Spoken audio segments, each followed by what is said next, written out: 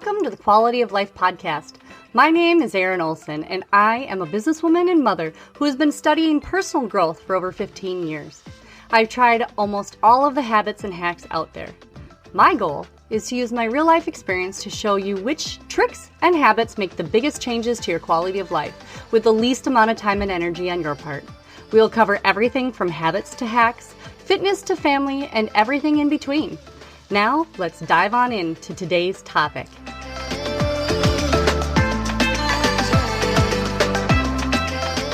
Hey guys, welcome back to the Quality of Life podcast. I am so excited to share this week's topic about creating margin and killing overwhelm in your life. But first, I want to check in on last week's fiery episode. I hope you could tell by my tone how passionate I am about helping you out of the disappointment cycle so that you can win and reach higher levels. If you haven't listened to it yet, please do. I will ask you some tough questions designed to pull you out of the pit. How was last week's homework assignment? It was a tough one. But I promise that if you dig deep and you really do write down what's been stopping you and your commitment statement, your life is going to change in huge ways. Today, I am going to talk to you about being overwhelmed and how to create a little margin in your life to make it less busy and more livable. And by doing that, you will be able to become a better leader, a better mother, a better wife, and a better you. I used to think it was a badge of honor to be busy all the time. And honestly, looking back, I hope I'm never that busy again. You know, when people look at you say, well, I know you're busy, so I didn't ask you if you wanted to go blah, blah, blah. And I lived that life for so long. So I'm going to tell you my story about when I became the most overwhelmed in my life. And I remember the day like it was yesterday. I was building a business. I had a teenage or tween-age son. My husband had his own business, and I had just developed a new product that I wanted to bring to this market. And I was at our newer property, and I was stringing fence line by myself. The reason I was doing it by myself was because I needed to get horses turned out on pasture. I had a lot of really special needs horses, and they needed a certain type of pasture that I needed to go and get out there because we were blowing through hay way too fast.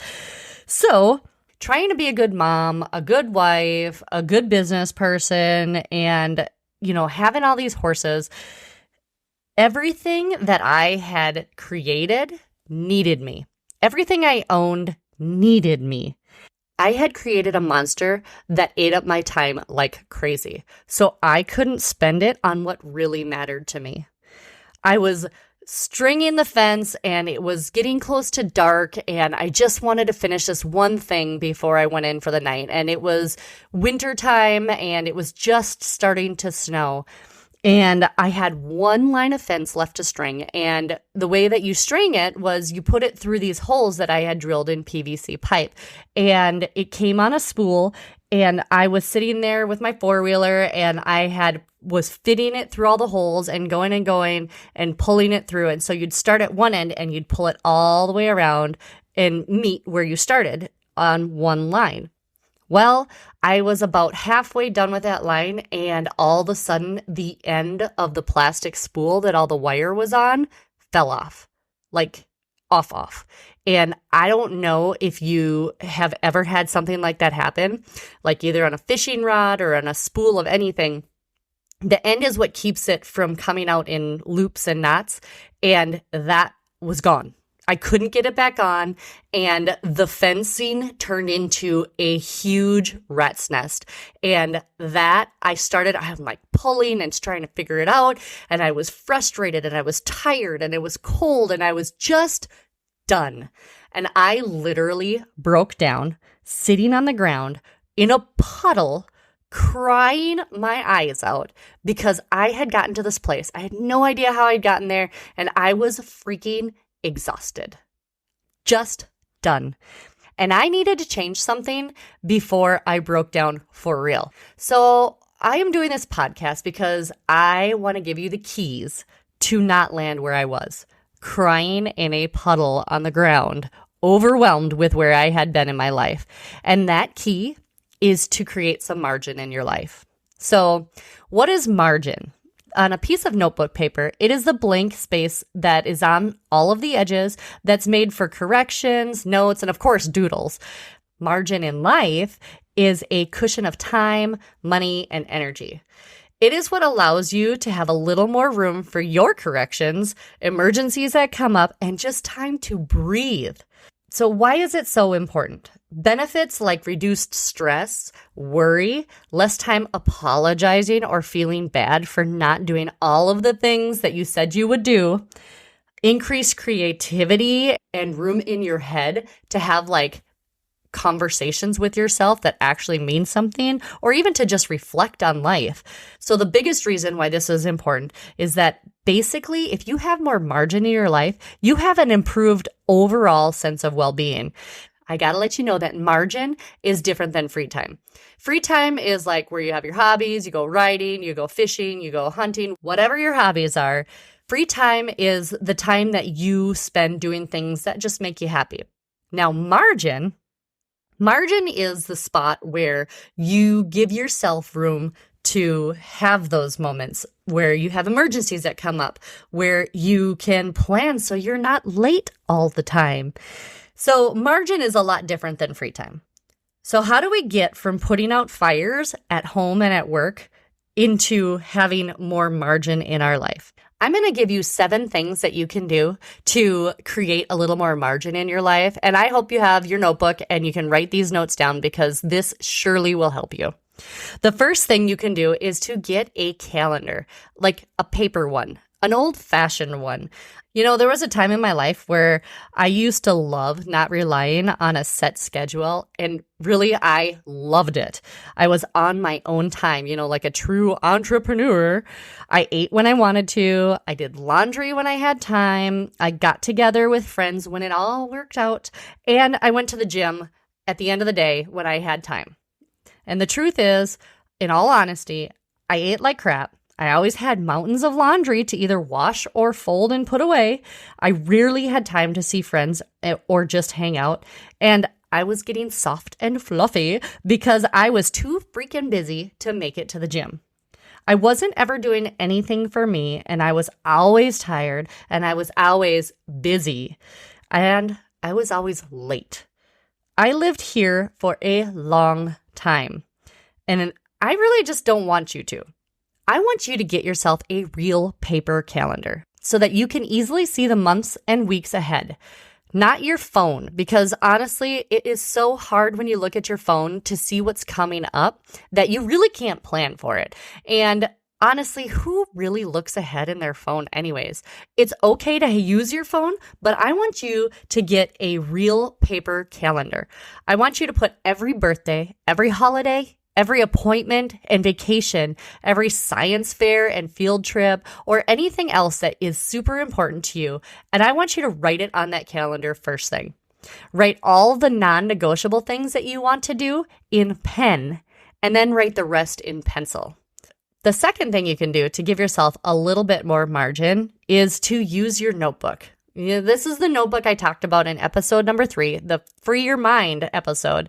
And this is going to help you with all your priorities and the things not to forget. If you have your notebook on you, it is so much easier to know all of the things that you need to attend to, things that need your attention. And it's also a way to really look at the things that you have coming up, the things you want to do, and decide if it's important enough to actually do, or maybe just put that on the back burner for later. Number 3 is probably one of the most important things that you can do, and that is to identify what your top 5 are. Now, your top 5 are the things that are the most important to you right now. Now, they can change with the seasons of life and where we are, and even the seasons of the weather. So what are your top 5? These are things that are the most important in your life right now. My top 5 are getting a good night's sleep, eating as healthy as I can, reading my Bible and journaling every day, being as present as possible with my husband and my child, who's not a child anymore, and my top 5 work priorities.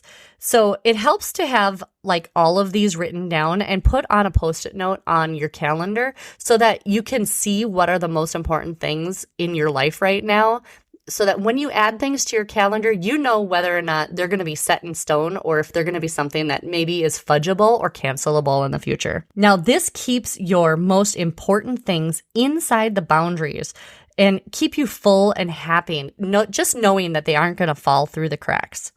The 4th thing that you can do to create more margin in your life is to say no and be okay with it.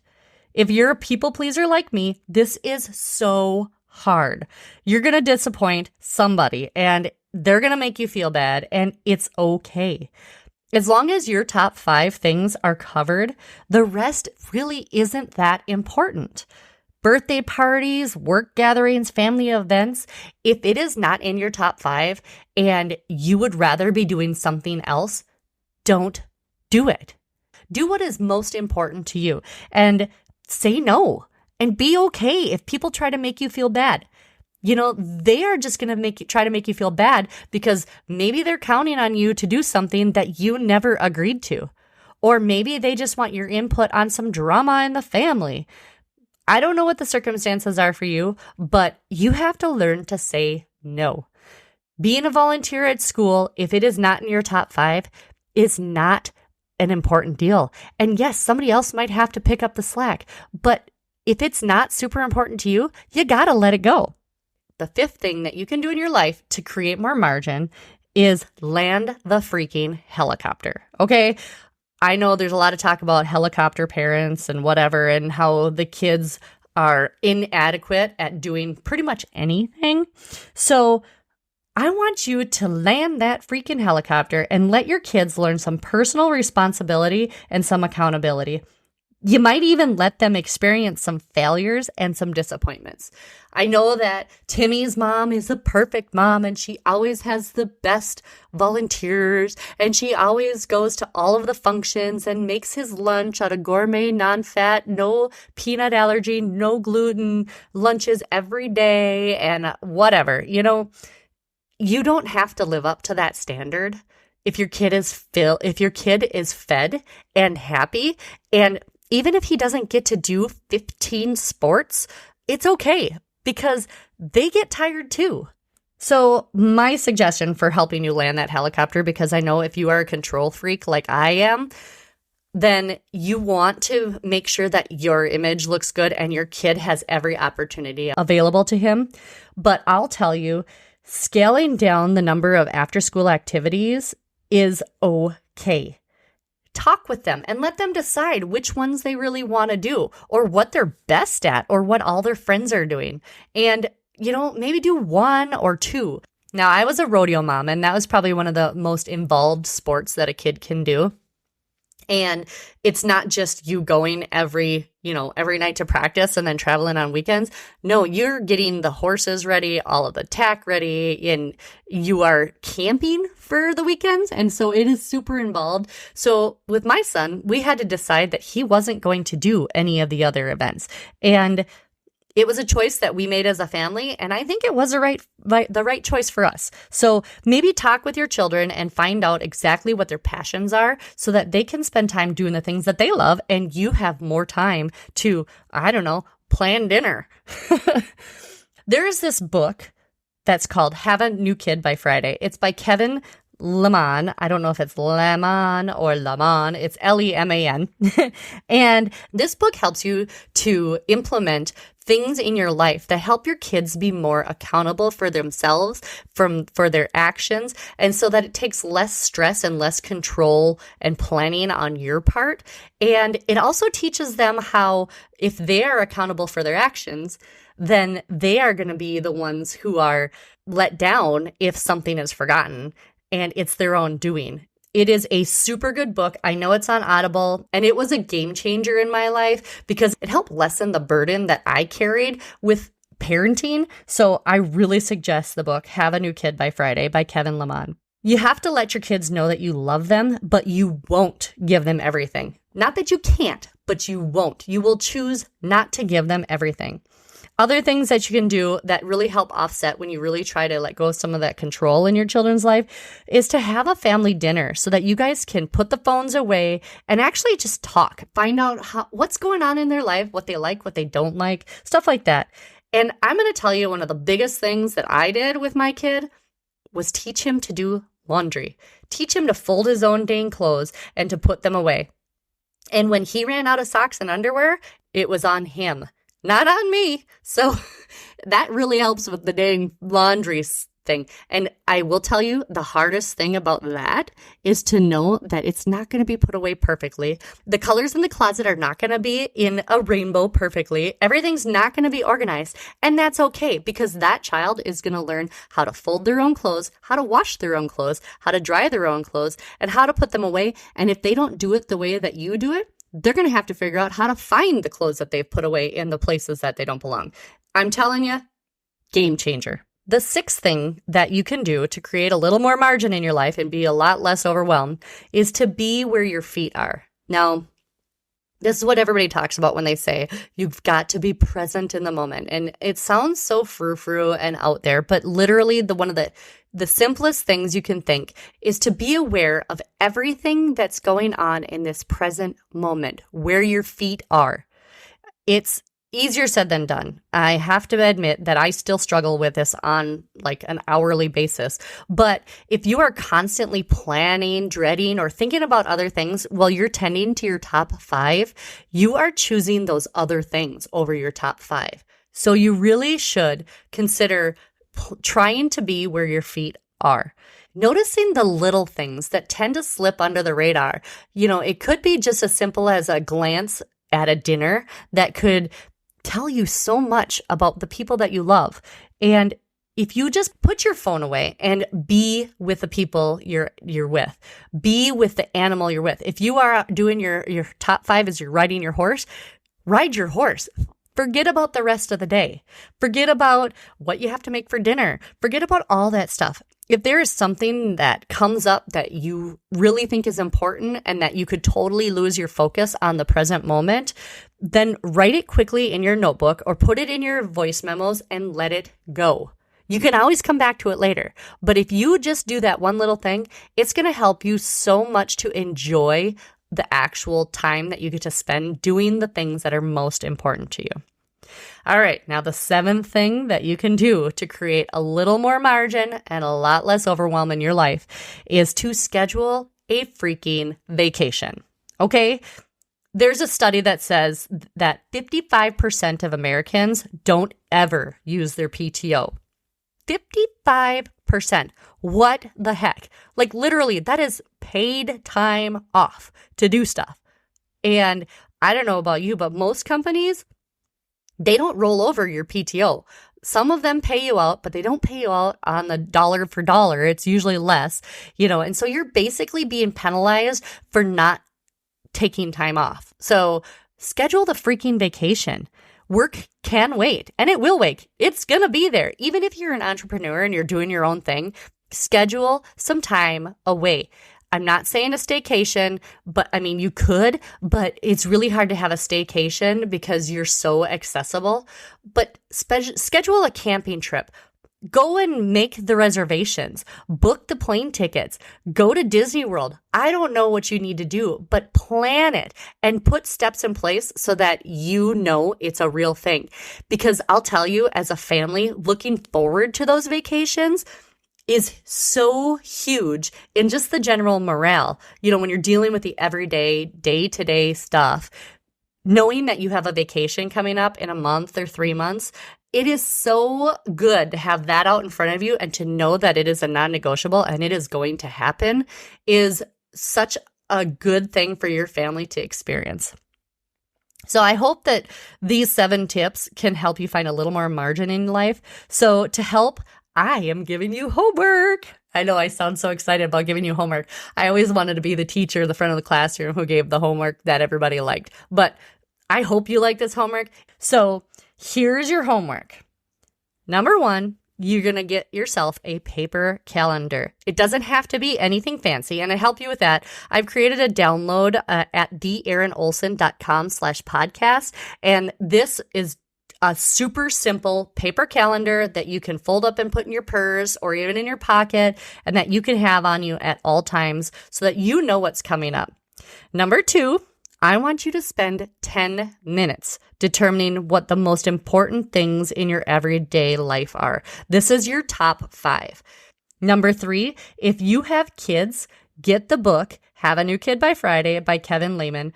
It's on Audible. There's paperbacks on eBay and on Amazon, so it's really readily usable. I'm pretty sure most libraries have it. When I was younger and broke, I rented the audiobook from the library, so that tells you on CDs. So that tells you about my age anyways. And I swear it is so good. And number 4, let all the other crap slack. It's okay. You have to be protective of your top 5, but flexible about everything else. There's going to be days that don't go as planned and days you just want to give up. There's going to be moments where you're late and dinner is coming from a drive-thru and you're in a huge argument with your spouse and the dog pukes on the floor. These are temporary moments. They will pass. Keep your head in the game and keep rebuilding the margin in your life. Because margin is where overwhelm is stopped in its tracks. Margin is where peace is found and where your internal batteries get recharged. It is what makes life sweeter and way more worth living. Talk to any person over the age of 80 and they will tell you their biggest regrets are not doing the things that they wanted to and being too busy. None of us are guaranteed another day on earth, so make sure that the most important things are taken care of. If you like this episode, please give me a rating and share it with a few people that you know who are overwhelmed. Thanks for listening, and I will see you next week, because together we can increase all of our quality of life. See ya!